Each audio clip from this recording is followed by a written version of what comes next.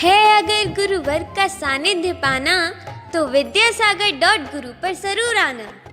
श्रुतेभ्यः ओम नमः श्रुतेभ्यः ओम नमः श्रुतेभ्यः।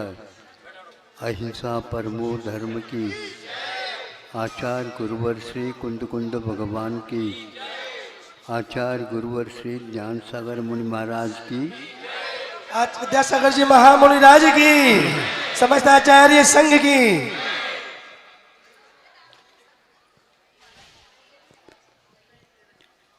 आप लोगों को यह नया विषय हो सकता है। प्राचीन काल में ऐसा ही होता था, आज ऐसा नहीं। फिर भी उसका उपयोग किया जाए। पहले जो रात में बच्चे पढ़ते थे, मान लीजिए वह रात्रि पाठशाला को भी स्वीकार करते थे। अब वहाँ पर दिन में तो सूर्य का आलोक मिलता, प्रकाश मिलता है, काम हो जाता है, सब जगह वो प्रकाश फैल जाता है। अब रात में जब पढ़ने का काम होता है तो बच्चे कई हैं। अब उसके लिए कितने दीपकों की व्यवस्था करना। आज तो लाइट की व्यवस्था है, तो ये कहीं भी बटन दबा दिया पूर्ण व्याप्त हो जाता है। तो वैसी व्यवस्था पहले नहीं थी, तो फिर भी काम तो निकाला जाता था। कैसे? लालटेन नहीं, वो दीपक बोलते हैं। हाँ, अब सुमनी 3 बच्चे हैं, नहीं समझे। अब एक दीपक है तो क्या करें? तीनों बैठ गए तो बीच वाले के सामने दीपक रख दिया। हाँ, तब क्या हुआ?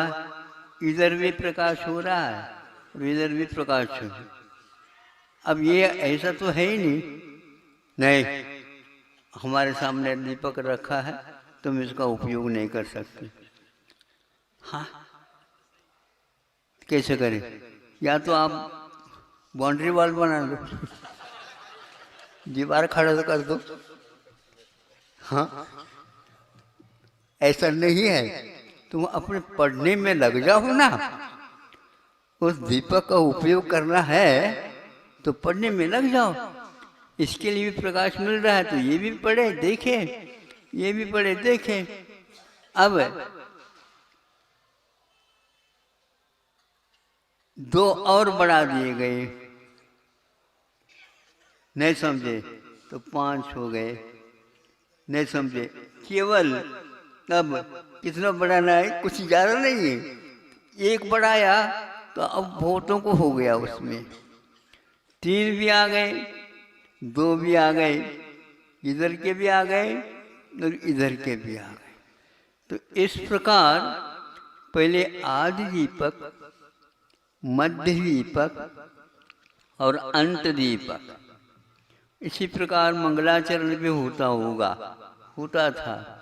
तो आद्य मंगलाचरण, मध्यम मंगलाचरण और अंत मंगलाचरण ऐसे होते। क्योंकि विषय मान लो बहुत देना होता है, थोड़ा सा काल समय लग सकता है। ऐसी स्थिति में बीच बीच में एक एक पद का मंगलाचरण भी किया जाता था और विषय को पुष्ट बनाने के लिए उसके लिए उसका उपयोग किया जाता था। आज हर चीज में स्पेशलाइजेशन हो गया है, नहीं समझे। अब ये स्थिति ऐसी हो गई, पहले एक वैद्य, एक डॉक्टर के माध्यम, चिकित्सक के माध्यम से काम होता था। पेट का दर्द होता है तो उसके द्वारा ठीक होता था, हाथ में दर्द होता तो उसके द्वारा ठीक हो जाता, आँख के दर्द हो जाता तो उसके ठीक हो जाता, नहीं समझे। कहीं भी जीवन शरीर में किसी अंग में भी कुछ भी गड़बड़ी हो, एक ही वैद्य चिकित्सक के द्वारा होता था, वह आज ऐसा नहीं सुन रहे हैं। पेट का अलग, हाथ का अलग, हड्डी का अलग, हड्डी का जो सामान्य हड्डी अलग, हार्ट का अलग, पार्ट 1 और 2, तो वह ईश्वर का इधर का करेगा, इधर का करेगा, नहीं समझे। अब मस्तिष्क का अलग करेगा, नहीं समझे। आँख का अलग करेगा, दांतों का अलग करेगा, नाक को अलग करेगा, नाक के तो राइट एंड लेफ्ट। हम समझ में नहीं आ रहा। अब ये कहता है मैं इसकी चिकित्सा नहीं कर सकता क्योंकि मेरा स्पेशलाइजेशन नहीं इसी के लिए। भैया इसको कौन पकड़ के आएगा? तो ये फालतू हो रहा है।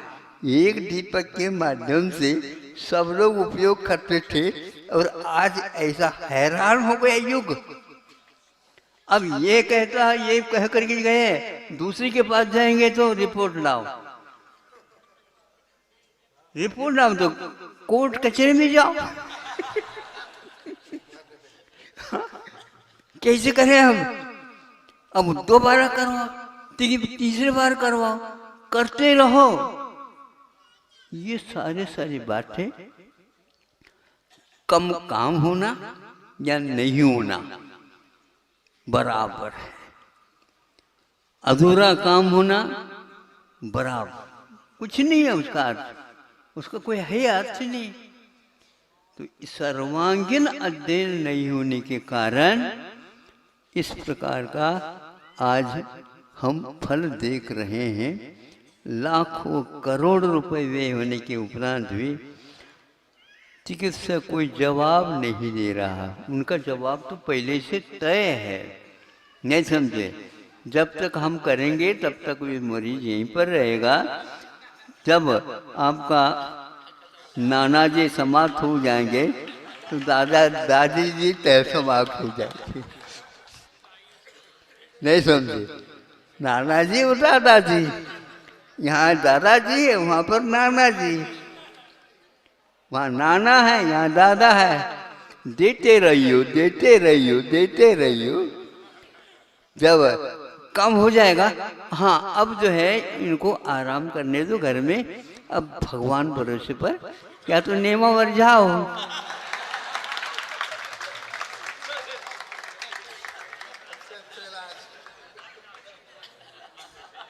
अंतिम इलाज तो वहीं पर होगा। ये क्या है समझ में नहीं आ रहा। हाँ, ये सब गड़बड़ है। इसलिए कि भारतीय शिक्षा पद्धति ऐसी नहीं होती। एक बनते हैं तो सब वह सर्वांगीण उपयोगी होते थे। अब हरेक को बुला ले, बुला ले, बुलाने। हमारी पढ़ाई होती थी, उस समय होती थी, एक ही गुरु रहते थे। शिक्षक एक होता था, विषय भले ही 7-8 हो, लेकिन सभी वही पढ़ाएगा और उन्हीं के माध्यम से सब कुछ काम होता था। आज तो स्पेशलाइजेशन बहुत ही कठिन है। किताब भी स्पेशल चाहिए, प्रश्न भी स्पेशल चाहिए। हाँ, अब प्रश्नों को भी तोल करके रखना पड़ेगा। आधा किलो का हो तो हम ले लेंगे, नहीं तो नहीं। हाँ, ज़्यादा जो है ज़्यादा भारी हो गया, प्रश्न ज़्यादा भारी हो गया तो उसका अलग नंबर लेंगे हम, अलग उसका दाम लेंगे हम। ये स्थिति हो गई। अब इसमें भी आप लोग बहुत संतुष्ट है। हमारा लड़का स्पेशलाइजेशन काय में है, वही जाने। पिताजी को मान लो कुछ हो गया तो वो किस काम की है ही नहीं। हाँ, जाओ, यहाँ पर नहीं, यहाँ अस्पताल थोड़ी है, चिकित्सालय में जाओ, वहाँ पर जो नंबर देगा उसके अनुसार आपकी शिक्षा होगी। इसलिए शिक्षा नीति को आप परिवर्तित कर लीजिए। शिक्षकों को भी अच्छे ढंग से प्रशिक्षित करिए, फिर बाद में विद्यालय खोलिए। विद्यालय में शिक्षा के लिए विद्या खोली है, व्यवसाय के लिए। सुन रहे हो? हाँ, आप जो आज के विद्यालय कैसे हैं?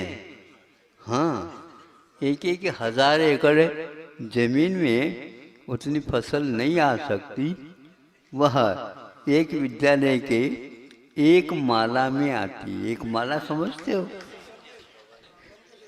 मंजिल जिसको बोलते आती है। बस आज ये फसल काट रहे हैं, न बीज बोना और न बीज रखना, अब बस काम चलाओ। करोड़ों रुपए कमाने के पीछे से कर रहे हो। हमें ये शिक्षा समझ में नहीं आती, आपको यदि आती है तो आप देखो। हाँ, ये बिल्कुल भारत को बिल्कुल निस्तेज और निर्बल बना देगा, ये पक्का है। आप निर्बल बनना चाहते हो तो देख लो। सबल नहीं बन सको तो कब निर्बल तो मन बनो। अपने बल को सुरक्षित रख करके उस विद्या का, उस शिक्षा का संबल ले लो जिसके द्वारा कुछ हो सके। अहिंसा परमो धर्म।